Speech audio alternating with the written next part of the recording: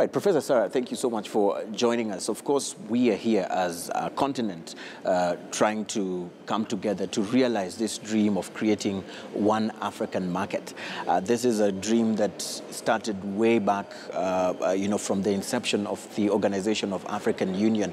And today, as we move closer to the 21st of March, when the African leaders will actually put pen to paper to the agreement creating the common, African Continental Free Trade Area, the area of human resource, science and technology as well, will play a big role, or actually has its part in this agreement. I want you to just share with us, as a commissioner at the African Union in charge of this area, what sort of items should we be knowing that are contained in this agreement as far as this area is concerned? Okay. One significant thing that we need to understand first is that the action plan for boosting intra-African trade aims to fast-track the achievement of a continental free trade agreement, which is the reason why we are gathered here in this remarkable city of Kigali, the way you say it here, remarkable Rwanda.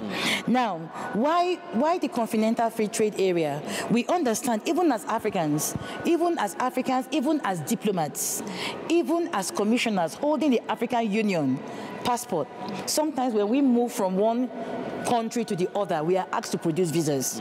But now we are saying that Agenda 2063 is about an integrated, prosperous, and peaceful Africa driven by its own competent and skilled citizens, having a role to play in the global arena.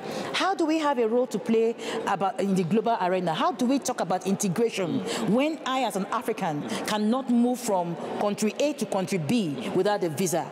So it is for this reason that we believe that the African Continental Free Trade Area becomes very necessary, and that agreement needs to be signed. Because if you look at it, I, as the Commissioner for Human Resources, Science and Technology, I have students who move from one country to the other, because one of the flagship of the Pan-African University is, of the African Union, is the Pan-African University. Why Pan-African University? The Pan-African University first, has to do with education.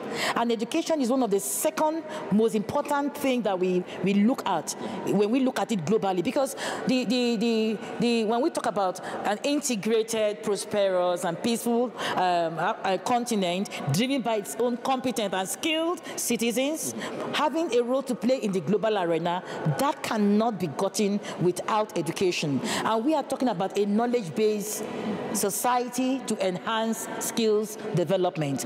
Now, when we have the Pan-African University Institutes, there are 5 in number.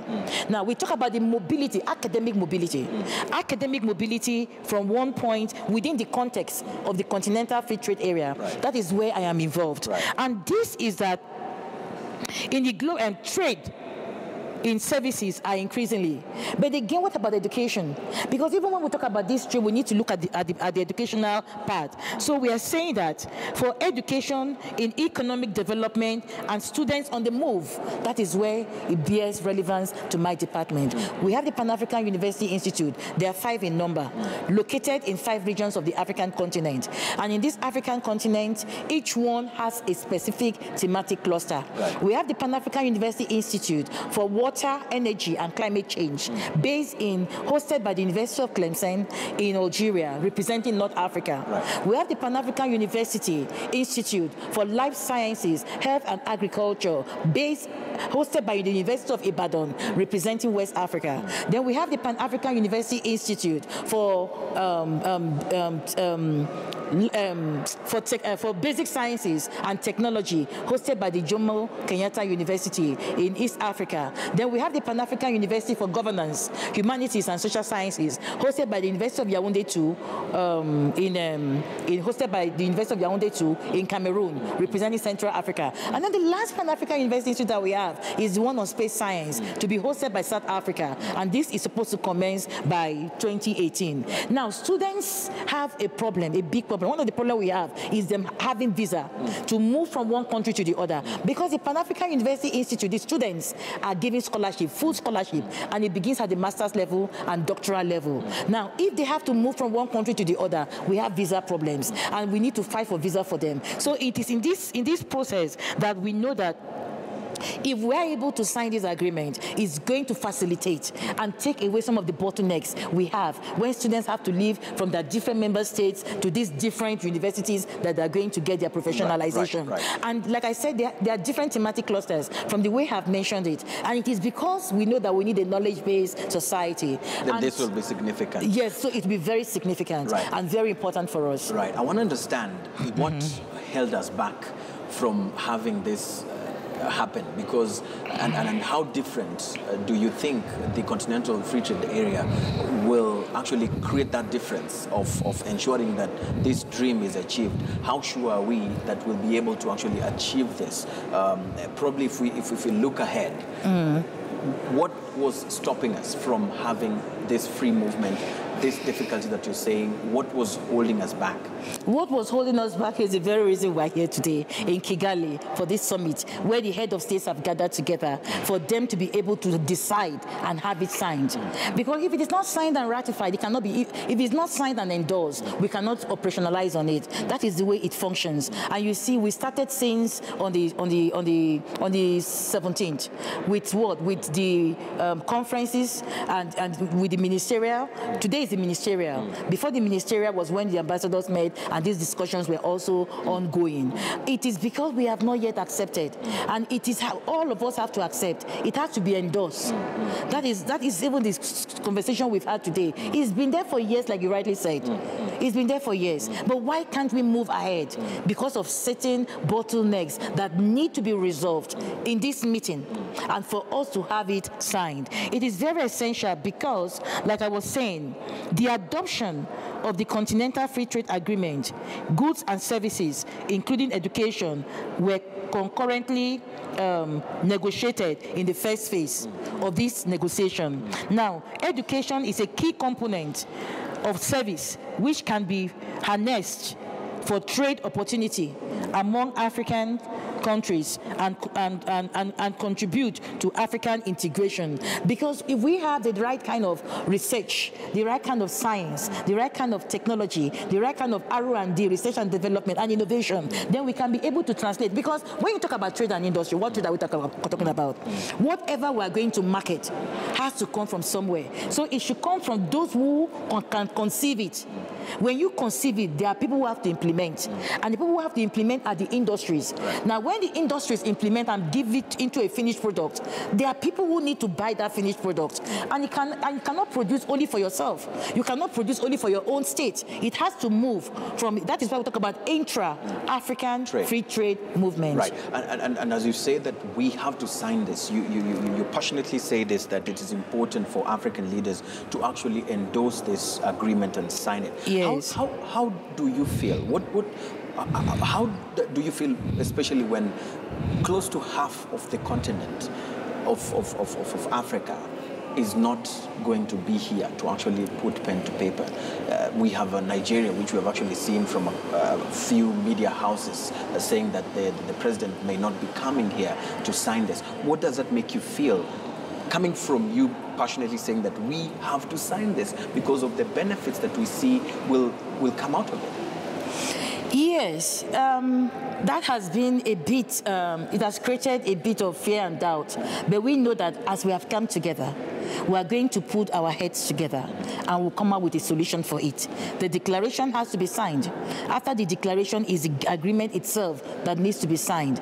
And that is what we're going to do in the next session. Because by the time we went for break, we had not yet discussed this aspect. Countries were still making suggestions, etc. But the chairperson did say that this has been going for too long, and it's high time we put a stop to it by making sure that we do the right things. Right now, for the Africa we want, for the Africa that we envisage, there is need for us to put pen to paper, like you said, and it can only be activated and realized when it is signed, so that it is no longer a conference or a summit where we come and talk shows and then there is no action. There need to be action, and the action has to only be when we sign the documents. Right.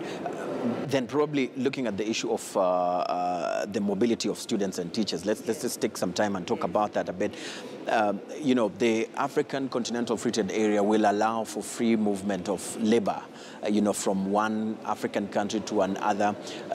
You know, but the challenge has been that different countries have different challenges as far as unemployment rates are concerned. And you'll find that governments are really working hard to fulfill their promises that they make to the electorate that we will offer jobs to the youth of this country. Now, where do you see this bringing a challenge as far as the free movement of labor is concerned once it comes into effect? The challenge of governments wanting to offer employment for their locals versus the need to open up borders for others from outside to come and even work in those countries. By the time we can fulfill the aspirations and goals of Agenda 2063, that issue of us not being able to accommodate others will be gone. It will be like the El Dorado that we are talking about. And when the continent becomes an El Dorado, a paradise that we have been envisaging, then there can be this free movement and people can move from one to the other. Now, let me highlight on this. You see, when we talk about factors affecting academic mobility, one is non-recognition of degrees.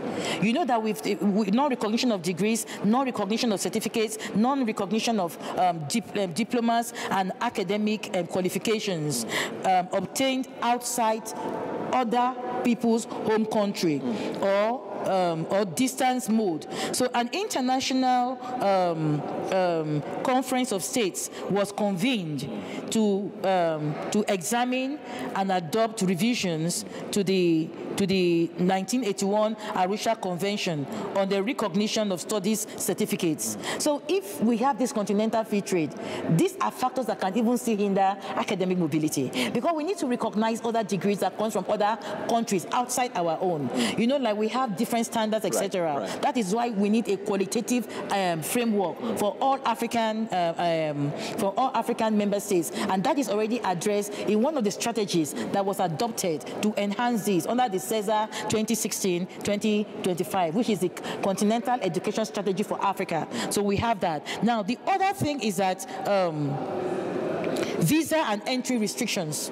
When we have visa and entry restrictions, this also spoils the free movement of persons and the African passport as a flagship of Agenda 2063. So we need that African passport. When we have that African passport, the mobility of students, mobility of teachers, not only students, because we also need to do best practices.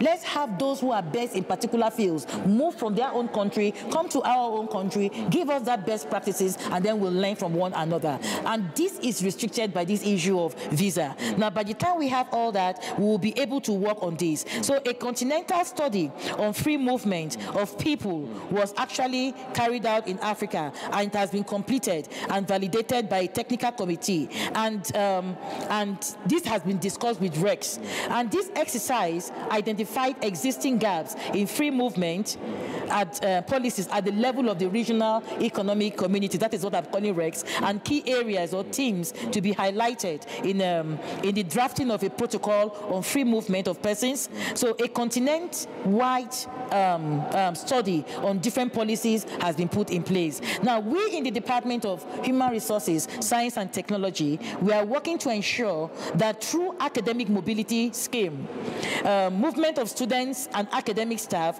will contribute in achieving the skills revolution for realizing the African aspiration of Agenda Agenda 2063, an integrated, prosperous, peaceful continent driven by its own competent and skilled citizen. And that is why, for me, I'm praying so hard that this African Continental Free Trade movement should be signed before we leave the summit. Indeed, and just picking on the issue of the acceptance of the academic papers from other universities. Countries would say that the reason why we do not do this is because of quality control. You might come from a different country, or you might have gone to do your studies in a different country that did not actually train you as well as we would want you to do that. That is why we need a qualitative academic framework. And when we have that, we also need to discuss what we call minimal standards. You know, what we call minimal standards is that if I'm going to read mathematics, we as a continent should agree that these are the courses that should be part of what you do as a mathematician. If you can do 40% of this, no matter where you get your degree, you can move from year 1 from Nigeria, go to South Africa, and continue year 2. That is what we call student mobility, for them to be able to move, not only because the degrees need to, and then we need to set a standard. How practical is this? How practical is it to actually do this? Because some people feel like this is a pipe dream. It seems like a big ambition that we might not be able to do, because we still have every country having its own curriculum setting based on the needs of its own countries as far as the skill gaps are concerned. So how do we harmonize this? It seems we can harmonize it. We can harmonize it. Yeah. Let me give you a good example. Nigeria, as big as it is, they have what they call the university minimal requirement standards, such that when you leave the University of Ibadan, you can, in any course that you are reading, you can go to University of Lagos and continue in the second year. You carry your results from there and proceed to the next university, and you continue. So if it can be done at a national level, then we can use the national level skeleton and move it to a regional level. So you see, we need these academic frameworks. They are very important. So it's for us to come together. We have specialized technical committees on education, on health, on communication, etc. The one on education is under my department, Education, Science and Technology. So we could come together to harmonize. When we say harmonization, we are not saying that things don't have their peculiarity. No. But we are saying that there should be a minimal standard, a minimal requirement standard. That if you are reading English, these are the core courses that you must do as an English student. If we agree from the regional level and we come to the continental level, that when you say you are reading English, 40% of your courses should be this way. And each school that has English programs take that 40%, and then the other 60%, they now add what they want to make their own course unique. Then our students can move from country A to country B, or from institution A to institution C in different countries, and they'll be very, very okay about it. Right. Yes. Maybe before I let you go, there's this issue of the level playing field for citizens from different countries as far as education levels are concerned. Every country has its unique challenges as far as education is concerned. So how do we deal with that level, creating that level playing field, where a country doesn't say that for us, we were left behind because of the challenges we had, because of our historical past. We just switched our system from French to English because now our teachers are still learning English, so we can't really compete with the English learning countries. What sort of protection or level playing field does this agreement provide for such institutions? You mean the Continental Free Trade Agreement? Yes. I instead will talk about the strategies put in place by the African Union Commission to deal with that. When it comes to education, 3 strategies were adopted. Don't forget, you remember that Agenda 2063 is a 50-year plan divided into 5 phases of 10-year plans. And we believe that the education sector is integral in us achieving the vision and aspirations of Agenda 2063 for the Africa that we want. Now, if that be the case, we had continental education strategy for Africa 2016-2025, which we call CESA 2016-2025. We have the Science, Technology, Innovation Strategy for Africa 2024, and then we have the Continental Technical Vocational Education Training, which is the Continental TVET Strategy. Now, in having this, it is a general template. We have a general template. We have the aspirations. We have the goals, and this has been given to all member states, but they need to adopt it based on the functionality of their countries, like you are saying, that if we have different histories, but having that template speaks to us of what an education strategy should be for primary education, for secondary education, for tertiary education. That is already handled under these educational strategies that have been put in place. Right. Now, the Continental Free Trade Movement enhances it, because like I tell you, when you talk about trade and industry, there can be no trade and industry without education, because who are those who are going to do the trade? They are the professionals that you have trained, and they have to sell byproducts. What products? The innovation. When we talk about innovation, science technology can only come because there are innovations. And how do you practicalize, implement those innovations? It is by making sure that the industries are involved or the private sectors are involved, because when you have conceived, what you have conceived on paper should translate into practicable doables, and it is only industries that can do it. So that is why in all our meetings, we always insist the business sector, the policy makers, and even the students and those who imagine the things should come together in one room, so that when you are moving, then you know that you can be able to implement it. Because if not, we become cemeteries of ideas and cemeteries of conferences and cemeteries of strategies without doing anything, because we don't actualize. Right now, the conversation should move beyond the talking conversation. It should move to the doables. And that is why we normally partners. We have partners that work with us. And those partners are to help us achieve this, because those partners are the ones who work directly with member states. Right. So we should take away, you see, the future depends. The future depends on those who prepare for it today. If we don't prepare for it today, there will be no future. There will be no Agenda 2063 if we don't put the right infrastructures and the right things that we need to do in order to make sure that the Africa that we want, the integrated, prosperous and peaceful Africa that we want, can be achieved by 2063. And all this has to do with quality education, quality infrastructure, and having the means. Because most of the problem we've been talking about is that we don't have the finances. It is high time we as Africans take hold of what we call ownership. Let's own our programs. Even when you depend on partners, own your programs. Use the little that you have, and then ask partners to help you. Partners should not dictate to you what you should do. Right. You know where the shoe pinches, tell the partners, this is what I want. For example, Rwanda is a very good example, and that is why we like where we are today in having this continental free trade. After what happened, the history that we know of Rwanda, let's see where it is. Reconciliation has taken place. Things have moved. People are working. People are happy. That is the kind of dream. When you come to a position of power, what did you meet? What have you left? Right. That is why each time I speak, I say history is being written, and we are part and parcel of that history. And posterity will not spare us, because in all our mandate, we must deliver. And it is very essential that we deliver. Right. Maybe finally now, what message would you be telling the leaders as they put pen to paper?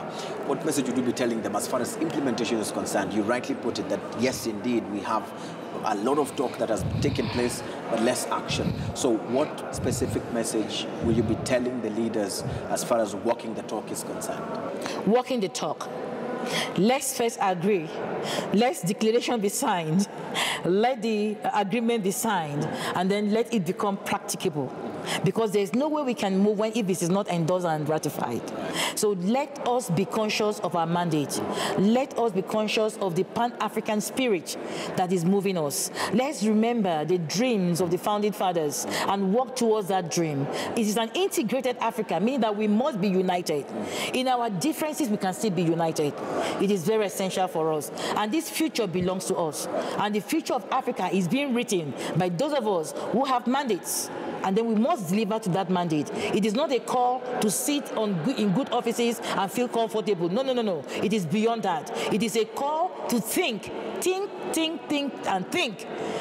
so that you will be able to impact your people. Remember what Nkrumah said. He said, I am not an African because I was born in Africa. I am an African because Africa is born in me. If Africa is born in me, then the true values of collective responsibility should be part and parcel of us. That is what we call the Pan-African spirit. Right. Perfect. Thank you so much, Professor Sara, for your time. Commissioner, Thank you. Human Resources, Science and Technology at the African Union. Thank you very much. Thank you so much for your points. Very articulate indeed. Thank you for receiving me. All right. Name as always is Eugene Anangwe.